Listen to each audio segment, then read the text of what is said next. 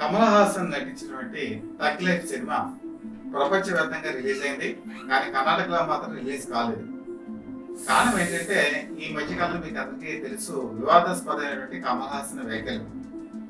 యాక్చువల్గా దీన్ని ప్రమోషన్ చేసేటువంటి భాగంలో శివరాజ్ కుమార్ కర్ణాటక చెందిన ప్రముఖ సినీ నటుడు, అలాగే రాజ్ కుమార్ తనయుడు ఒక మాట అన్నారు, తమిళం నుంచి కన్నడం పుట్టిందని చెప్పి. ఇది కన్నడిగుల మనసుల్లో ఆవేదన తగిలించింది, ఆక్రోశం వచ్చింది, అలాగే కోపం కూడా వచ్చింది. వాళ్ళందరూ కూడా ఒక నిర్ణయం తీసుకున్నారు, ఫిల్మ్ ఛాంబర్ వాళ్ళు కర్ణాటకకి సంబంధించి ఎట్టి పరిస్థితుల్లోనూ ఈ సినిమా కర్ణాటకలో రిలీజ్ కాకూడదు అని చెప్పేసి.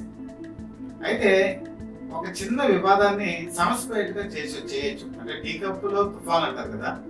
కమల్ హాసన్ లాంటి సీనియర్ నటుడు నేను ఒక మంచి ఉద్దేశంతో అన్నాను, నాకు మరి క్షమాపణ నేను చెప్తున్నాను, మీరేమి మనసు అనుకోవద్దు అని చెప్పి అనుంటే పోయేది. కానీ నేను క్షమాపణ చెప్పను, నేను ప్రేమతో అన్నానే తప్ప నేను ఈ వివాదాన్ని నేను క్షమాపణతో ముగించదలుచుకోలేదు అన్నట్టుగా ఆయన మాట్లాడారు. ఇది కర్ణాటక హైకోర్టు కూడా తీవ్రంగా ఆక్షేపణ చెప్పింది. ఈరోజు ఫిల్మ్ సెన్సార్ అయితే మీకు ఎప్పుడైతే వచ్చిందో అది కన్నడలో కూడా రిలీజ్ చేసుకోవచ్చు అకార్డింగ్ టు నామ్స్. ఇది రాజకమల్ ఇంటర్నేషనల్ వాళ్ళు కూడా ఇదే హైకోర్టుకి చెప్పారు. కానీ దీని వెనకాల కర్ణాటకలో ఏ సినిమా థియేటర్ కూడా ముందుకు రాలా ఈ సినిమా రిలీజ్ చేయడానికి. ఎందుకంటే కర్ణాటక ఎలా ఉంటుందంటే ఫిల్మ్ ఛాంబరు వాళ్ళు 20 మంది వాళ్ళు కన్నడ నటులు అంటే పరభాష నటులు ఒకళ్ళు ఇద్దరు తీసుకుంటారు, తెలుగు నుంచి కానీ తమిళ నుంచి కానీ. అదే తెలుగులోకి వచ్చేప్పటికి మన వాళ్ళు మిగతా భాషల నుంచి వచ్చి కూడా ఎక్కువ మంది పెట్టుకుంటారు. అంటే వాళ్ళలో కన్నడ అంటే అంత అభిమానం. అసలు బేసికల్ గా ఈ వివాదాన్ని అసలు కమల్ హాసన్ ఎందుకు తీసుకొచ్చారు? సినిమా ప్రమోషన్ గురించా? ఈ ప్రమోషన్ చేయడానికి తన రెమ్యునరేషన్ పెంచుకోవడానికా?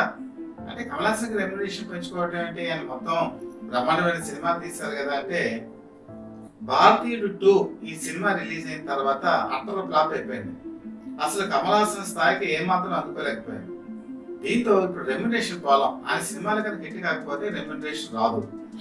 కాబట్టి ఈ వివాదం ద్వారా కర్ణాటకలో రిలీజ్ కాకపోయినా పర్వాలేదు, ఆ సినిమా మిగతా తమిళంలో ఆయనకి కనెక్షన్ వస్తే చాలు అన్న ఉద్దేశంతో ఇది చేశారా అని చాలా మంది ఆలోచన. ఎందుకంటే వివాదాన్ని ఇక్కడ చూసుకుంటే ద్రవిడ భాష మన భాష అన్ని కూడా ద్రవిడ భాషలే, తెలుగు, తమిళం, కన్నడం, మలయాళం ఇవన్నీ కూడా. అలాగే ఆడియన్స్ తమ హిందీ భాషను తీసుకొచ్చి ఇక్కడ రుద్దారు అని చెప్పేసి ఆ రోజు ద్రవిడల్లో ఫీలింగ్. అంటే ఆడియన్స్ అంటే నార్త్ ఇండియా సైడ్ అంతా కూడా ఆడియన్స్ అని చెప్పి అనుకుంటారు. మీకు డిఎంకే పార్టీ కనుక చూసుకుంటే కరుణానిధి కానీ స్టాలిన్ కానీ హిందీ మాట్లాడద్దు అని చెప్పేసి చాలా వాళ్ళు ఉద్యమాలు చేశారు. ఇప్పటికీ కూడా వాళ్ళకి అదే భావం. అసలు బేసికల్ గా వచ్చేప్పటికి కన్నడం, తెలుగు ఈ రెండు కూడా కాలపిల్లలా ఉంటాయి. అంటే మీకు రైటింగ్ కానీ కొంత అర్థాలు కానీ కొంత సిమిలారిటీస్ ఉంటాయి. అలాగే తమిళ్, మలయాళం ఈ రెండు కూడా ట్విన్ బేబీస్ లాగా అనమాట, అలాగుంటాయి. అలాగే వచ్చేప్పటికి హిందీ, ఉర్దూ ఈ రెండు కూడా కాలపిల్లలా ఉంటాయి. అయితే కాలపిల్లలాగా ఉన్నాయని చెప్పేసి తమిళ నుంచి కన్నడం రాలేదు, కన్నడ నుంచి తెలుగు రాలేదు. ద్రవిడ భాషకన్నిటికీ మూలం. అలాగే మిగతా ప్రపంచవ్యాప్తంగా కనుక చూసుకుంటే మన ఇండియాకి వచ్చేటప్పటికి సాంస్క్రిట్ దేవభాష. సాంస్క్రిట్ నుంచే మిగతా లాంగ్వేజెస్ అన్ని కొంతవరకు పుట్టాయని చెప్పి మనం చెప్పుకోవచ్చు. మీరు చూడండి, కొన్ని హిందీ లాంగ్వేజెస్ వర్డ్స్ కనుక తీసుకుంటే సాంస్క్రిట్ అది తెలుగులో కూడా కొన్ని వాడతారు. అలాగే తమిళంలో కూడా సాంస్క్రిట్ వర్డ్స్ కొన్ని ఉంటాయి, అలాగే కన్నడంలో కూడా కొన్ని ఉంటాయి. కాబట్టి సాంస్క్రిట్ నుంచి హిందీ వచ్చింది, హిందీ నుంచి కొన్ని పదాలు మన లాంగ్వేజెస్ లోకి వచ్చాయి. సాంస్క్రిటే మూలాధారం. ఈ విషయం కూడా కమల్ హాసన్కి తెలియదా? తెలిసి కూడా ఆయన కేవలం వివాదం రేపడానికి చేశాడా? ఆయన కనుక వైఖరి కనుక చూస్తే ఆయన దేవుడిని నమ్మడు, నాస్తికుడు. కానీ దేవుడి సినిమా చేస్తారు. పోనీ తను చేశాడు, తన నమ్మకం. కానీ దాన్ని ఎదురువాడి మీద రుద్దడానికి ప్రయత్నం చేస్తారు. మీరు కమల్ హాసన్, ప్రకాష్ రాజ్ ఇద్దరిని కనుక చూసుకుంటే ఇద్దరు అలాంటి వాళ్ళే. ఏది కోరి వివాదాలకు పెడతారు. ప్రకాష్ రాజ్ కూడా రాజకీయాల్లోకి వచ్చాడు, ఏదో ఒక పదవి రావాలని ఆయనకు మనసు కోరుకున్నట్టుంది. అలాగే కమల్ హాసన్ కూడా ఒక రాజకీయ పార్టీ పెట్టాడు, రాజకీయ నాయకుడు అయ్యాడు. ఆయన ఒక అసెంబ్లీ స్థానం నుంచి కూడా గెలవలేకపోయాడు. ఎందుకంటే అసెంబ్లీ నుంచి గెలవలేని వ్యక్తి ఈరోజు డిఎంకే పార్టీతో చెరుపు చేశాడు. వాళ్ళ ఒప్పందం ప్రకారం జూలై జరిగేటువంటి రాజ్యసభ ఎన్నికల్లో ఒక రాజ్యసభ సీటుని కమల్ హాసన్ కి కేటాయించడం కూడా జరిగింది. ఎలాగైనా సరే తమిళంలో అభిమానాన్ని పొందాలి, తమిళంలో తన సినిమాలు ఆడాలి, దాన్ని ప్రాతిపదికగా చేసుకుని కన్నడాన్ని ఇన్సల్ట్ చేశాడా అన్న ఒక వివాదం కూడా ఈరోజు వస్తుంది. అయితే అసలు మొత్తం సినిమా ఇండస్ట్రీని కనుక చూసుకుంటే తమిళనాడులో ఎంజి రామచంద్రన్, శివాజీ గణేశన్ వీళ్ళిద్దరి సినిమాలు కనుక చూస్తే ఎంజి రామచంద్రన్ సినిమాలు తెలుగులో ఆడేవి కావు, శివాజీ గణేశన్ సినిమాలు ఆడేవి. అంటే శివాజీ గణేశన్ ని తెలుగు ప్రజలు ఆదరించేవారు. అలాగే కనుక మీరు చూసుకుంటే రజనీకాంత్, కమల్ హాసన్ తొలినాడులో అయితే కమల్ హాసన్ సినిమాలు తెలుగులో బాగా ఆడేవి. కమల్ హాసన్ తెలుగు ప్రజలు హక్కును చేర్చుకున్నారు. కానీ ఎప్పుడైతే రజనీకాంత్, నరసింహ, భాష ఇలాంటి సినిమాలు వచ్చాయో రజనీకాంత్ ప్రాబల్యం తెలుగులో పెరిగింది, కన్నడలో పెరిగింది, మలయాళంలో పెరిగింది, ఆయన ఆదరణ కూడా బాగా వచ్చింది. ఇప్పుడు కమల్ హాసన్ ఏంటంటే తొలినాడులో కన్నడ ప్రజలు కూడా కమల్ హాసన్ ఫోన్ చేసుకున్నారు. రొమాంటిక్ హీరోగా, యాక్షన్ హీరోగా కన్నడలో కూడా ప్రజలు అభిమానులు ఉన్నారు. ఇప్పుడు ఈ రోజు పరిస్థితులను చూస్తే ప్రపంచవ్యాప్తంగా రిలీజ్ అయినటువంటి ఈ టాప్ లైఫ్ కమల్ హాసన్ అభిమానులు కర్ణాటకలో లేదు కాబట్టి బెంగళూరు నుంచి 42 కిలోమీటర్ల అవతల హోసూరు అని చెప్పింది, ఇది తమిళనాడుకి వస్తుంది. హోసూరుకి వెళ్ళి అక్కడ సినిమా చూడడం జరిగింది. కొంతమంది ఏం చేశారంటే తమిళనాడు వాటర్స్ ఉన్న ప్రాంతాలకు వెళ్ళి అక్కడ ఈ కర్ణాటక అభిమానులు కూడా చూడటం మొదలుపెట్టారు. కర్ణాటకలో కూడా కమల్ హాసన్ అభిమానులు ఉన్నారు. కానీ ఆయన తీసుకున్న నిర్ణయం మాత్రం ఈరోజు కర్ణాటక ప్రజల్ని తీవ్ర మనోవేదనకి గురి చేసింది. ఇంకా ఈ సినిమాకి వచ్చేటప్పటికి ఈ టెక్ లైఫ్ కనుక తీసుకుంటే కమల్ హాసన్, మణిరత్నం ఈ కాంబినేషన్ మీకు నాయకుడి సినిమా చూస్తే అర్థమవుతుంది ఎంత గొప్పగా ఉంటుందో. 38 సంవత్సరాల తర్వాత వీళ్ళిద్దరి కాంబినేషన్ లో వచ్చినటువంటి ఈ సినిమా ఒక విధంగా ప్రజలను అంత ఉత్తేజపరుస్తుందా లేదా అని చెప్పేసి ఒక సంశయం అయితే ఉంది. ఎందుకంటే ఈ మాఫియా బ్యాక్గ్రౌండ్ మీకు నాయకుడిలో కూడా కనిపిస్తుంది, అదే బ్యాక్గ్రౌండ్ ఈ సినిమాలో కూడా కనిపిస్తుంది. మొదటి ఫస్ట్ హాఫ్ కనుక చూసుకుంటే కొంచెం వేగంగా నడిపించింది సినిమా అని చెప్పి అనిపిస్తుంది. కానీ సెకండ్ హాఫ్ వచ్చేటప్పటికి డల్ గా కనపడుతుంది. అంటే కథనం వచ్చేటప్పటికి అంత ఫాస్ట్ గా ఉండదు. ఇది ఒక మైనస్ పాయింట్ అవుతుందా అని అభిమానులు అనుకుంటున్నారు. అయితే ఒకసారి మణిరత్నాన్ని అండర్ ఎస్టిమేట్ అని వేయడానికి వీలేదు. కమల్ హాసన్ నటించినటువంటి నాయకుడి సినిమాలో కూడా కొంత మీకు అక్కడక్కడ మందగతిలో నడిచినా మళ్ళీ స్పీడ్ గా అనుకుంటుంది సినిమా. ఇక్కడ కూడా అలాంటి ఉంది. సింబు నటన ఒక విధంగా హైలైట్ అని చెప్పుకోవచ్చు. అలాగే అభిరామి కూడా కమల్ హాసన్ వీళ్ళిద్దరూ కలిసినటువంటి సన్నివేశాలు కూడా ప్రేక్షకులను ఆకట్టుకుంటాయి. ముఖ్యంగా కమల్ హాసన్ ఫేషియల్ ఎక్స్ప్రెషన్స్ ఇందులో హైలైట్ గా చెప్పుకోవచ్చు.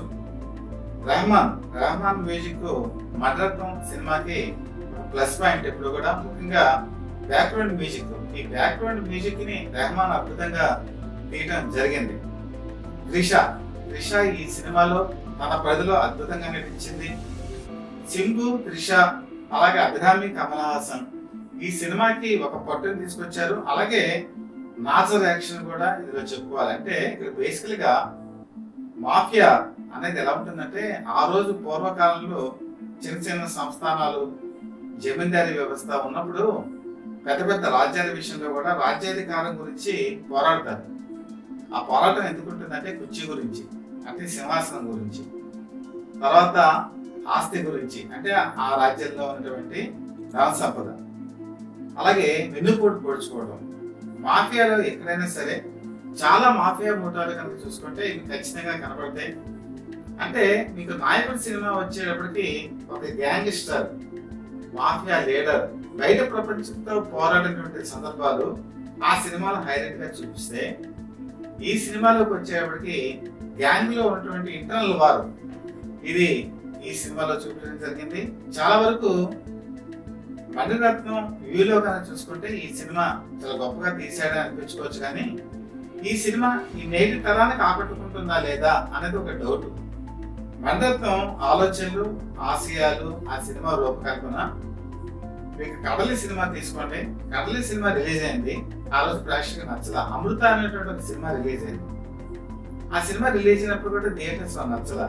కాకపోతే అది మీకు టీవీలో వచ్చేటప్పటికి ప్రేక్షకులకు బాగా నచ్చింది. మీకు తెలుగులో ఇలాంటి ఎగ్జాంపుల్ ఒకటి చెప్తాను. మహేష్ బాబు నటించినటువంటి కలేజా, ఈ కలేజా సినిమా మీకు థియేటర్స్ లో రిలీజ్ అయినప్పుడు ప్రేక్షకులు ఎవరికి అర్థం కాల, నచ్చలేదు. ముఖ్యంగా మహేష్ బాబు డైలాగ్ డెలివరీ వాళ్ళు ఆ విధంగా పలకటం ఆ రోజు మైనస్ పాయింట్ అయింది. కానీ అది సినిమా థియేటర్స్ లోంచి బయటకు వచ్చేసి మరి టీవీలోకి వచ్చేసి ఓటీటీ ప్లాట్ఫామ్స్ కి వచ్చినప్పుడు చాలా మంది ఈ సినిమాని ఆదరించారు. అందుకనే ఆ సినిమా ప్రొడ్యూసర్స్ ఈ రోజు మళ్ళీ ఏం చేశారంటే డిజిటలైజేషన్ చేసి బయటకు రిలీజ్ చేసినప్పుడు మార్కెట్ లో ఈ రోజు అద్భుత విజయం సాధించింది, మంచి కలెక్షన్స్ సాధిస్తుంది. అంతే కదా, ఆ రోజు మణిరత్నం సినిమాలు కూడా అంతే, అమృత గాని లేకపోతే కడలి గాని అద్భుతంగా తీశాడు ఆయన. ఇప్పుడు ప్రేక్షకులకి థియేటర్స్ లో కన్నా మీకు టీవీలో బాగా ఆదరణ లభించింది. అది మణిరత్నానికి ఉన్నటువంటి అలవాటు. మణిరత్నం జనరేషన్ గ్యాప్ ఒకటి ఉంది. ఆయన్ని ఈ జనరేషన్ వాళ్ళు అర్థం చేసుకోవాలంటే ఆయన ఫ్రీక్వెన్సీని అందుకోలేరు. అలాగే కమల్ హాసన్ వచ్చేప్పటికి కమల్ హాసన్ ఇప్పుడు ఆల్మోస్ట్ అవుట్డేటెడ్ అయిపోయినట్టే. హీరోగా ఆయన చరిష్మా తగ్గిపోయింది, ఇది వాస్తవం. ఆయన ప్రధానమైన పాత్రలో చూస్తారా అంటే అది కూడా కొంత కష్టతరమే. ఎందుకంటే కమల్ హాసన్ ఎప్పుడు కూడా ఏ సినిమా అయినా సరే తన ప్రాధాన్యత ఉండాలని చెప్పి కోరుకుంటాడు. ఒక విక్రమ్ సినిమా కొంతవరకు ఆయన హైప్ తీసుకొచ్చిన తర్వాత మరి ఇండియన్ 2 ఇది కనుక చాలా నిరాశని ఏర్పరిచింది. అలాగే ప్రపంచవ్యాప్తంగా ఈ సినిమా కూడా ఇప్పుడు మిక్స్డ్ టాక్ వస్తుంది. కొంతమంది బాగుందని అంటున్నారు, అంటే ఫస్ట్ షో ఈ రోజే జూన్ 5న రిలీజ్ అయింది కాబట్టి అభిమానంతో కూడా కోలాహలం ఉంటుంది. కొంతమంది ఇదే అంత ఆశించినంత స్థాయిలో లేదు. మణిరత్నం ఇప్పటికి కూడా అవుట్డేటెడ్ అయిపోయాడు. ఎందుకంటే శంకర్ ఎలాగే అవుట్డేటెడ్ అయిపోయారో మణిరత్నం ఆలోచనలు కూడా అక్కడే ఆగిపోయాయి 38 సంవత్సరాల క్రితం. ఈ జనరేషన్ కి తగ్గట్టుగా ఆయన తీయలేకపోతున్నారు, ఆయన ఆలోచన విధానం విస్తృతపరచుకోలేకపోతున్నారు, అప్డేటెడ్ గా లేరు అని చెప్పి చాలా మంది భావిస్తున్నారు. ఏదేమైనా సరే ఒక సినిమా చాలా కోటతో తీస్తారండి, చాలా ఖర్చు పెట్టి తీస్తారు. అది ఫస్ట్ రోజునే మనం జడ్జి చేయడం చాలా కష్టం. ఎందుకంటే రాను రాను ప్రజల్లో డైజెస్ట్ అయ్యేటువంటి సందర్భాలు చాలా ఉంటాయి. మీకు మన ఇండియన్ సినిమా హిస్టరీ కనుక చూసుకుంటే షోలే సినిమా మీకు మొట్టమొదటి 1 వీక్ కలెక్షన్స్ లేవు. సెకండ్ వీక్ నుంచి ఆ సినిమా ఊపందుకుంది. కానీ ఇప్పుడు ఆ పరిస్థితులు మన ఉన్న ప్రజెంట్ సినిమా ఇండస్ట్రీలో లేదు. కానీ ఇది 5 రోజుల తర్వాత పికప్ అయ్యే అవకాశం ఉంది అని చెప్పేసి చాలా మంది ఇప్పుడు భావిస్తున్నారు. అలాగే మీకు తెలుగులోకి వచ్చేప్పటికి శంకరాభరణం ఫస్ట్ వీక్ కలెక్షన్స్ లేవు, సెకండ్ వీక్ పికప్ అయింది. ఆ విధంగా ఈ సినిమా కూడా ఒక ఉత్తుంగ తరంగంలో వెళ్తుందని కొంతమంది భావిస్తున్నారు. కానీ మొట్టమొదటి రోజే కాబట్టి ఇది మనం నిర్ణయించలేం. కమల్ హాసన్ మాత్రం ఈ రోజు తమిళనాడులో ఒక సెన్సేషన్ అయ్యారు, తమిళనాడు రాజకీయాల్లో ఒక సెన్సేషన్ అయ్యారు, తమిళనాడు ప్రజల్లో కూడా ఒక సెన్సేషన్ అయ్యారు. కానీ ఎట్ ద సేమ్ టైం కర్ణాటకలో మాత్రం కన్నడ అభిమానులకి, సినిమా అభిమానులకే కాదు కన్నడలో ఉన్న ప్రతి ఒక్కరికి కూడా చాలా బాధ కలిగించింది. ఎందుకంటే ఒక లాంగ్వేజ్ నుంచి ఒక లాంగ్వేజ్ ఎప్పుడు రాలేదు. ఎందుకంటే ఏ లాంగ్వేజ్ కి ఆ లాంగ్వేజ్ సెపరేట్ అయింది. చెప్పినట్టు సంస్కృతం దేవభాష కాబట్టి అక్కడి నుంచి అన్ని వచ్చాయి. కానీ భాష అది ఎలా పుట్టుకొచ్చింది, ఇది విస్తృతమైనటువంటి పరిధి. దీని గురించి తెలిసి తెలియకుండా ఈ ప్రమోషన్ యాక్టివిటీస్ లో మరి కమల్ హాసన్ మాట్లాడటం, తను మాట్లాడింది కరెక్ట్ అనుకోవడం కమల్ హాసన్ తగదు.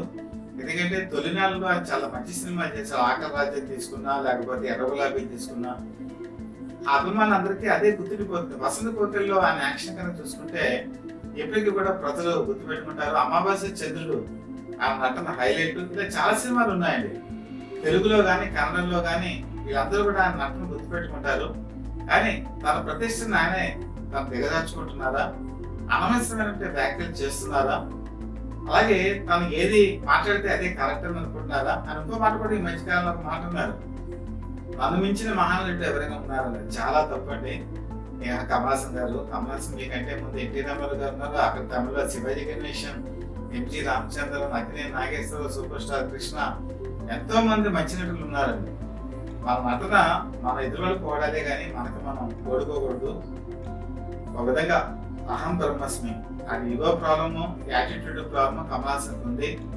ఆయన బయటికి చాలా వినయంగా మాట్లాడతారు కానీ సినిమా షూటింగ్ లో మాత్రం ఎదురు వాళ్ళని చాలా డామినేట్ చేస్తారు. ఒక ప్రచారం ఉంది, అది నిజం కూడా.